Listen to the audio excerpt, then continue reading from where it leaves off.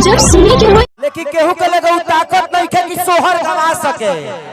मगर आपको क्या लगता है कि पवन सिंह बूढ़े हो गए हैं कि अभी? कि सोहर गवा सके।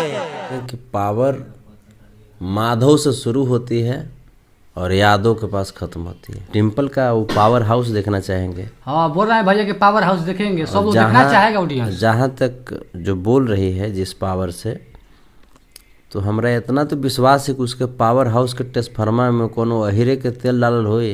जानते हैं कि जो किन्नर समाज के जो लोग होते हैं उनका ध्यान सौर की तरफ होता है, कहाँ लेका भइल रे, कहाँ क्या क्या करता नेंगे, क्योंकि वो सही बात बोले। भाई उम्र तो हो गया है पवन जी का, बिना मतलब के सोहर बजवा रहे हैं। कल क्या अभी बच्चा बारे तो कोई कहता कि अभी वो बूढ़ा हो बारे अंकल जैसन लगता रे, तो यहीं पे कुछ खास बातचीत हुई हमारे साथ। राष्ट्रीय अध्यक्ष यादव सेना के संतोष यादव भैया जी है हमारे साथ। ऑल खबर तक में सब उले उ जवान अभी निकलत तरी कुल का चढ़ल बा भोजपुरी में, एकदम भोजपुरी बदनाम होता का होखी भोजपुरी में वो का समझता नहीं। देखिए इस मैटर में तो हम खेसारी जी को उचित मानेंगे, क्योंकि वो सही बात बोले। भाई उम्र तो हो गया है पवन जी का।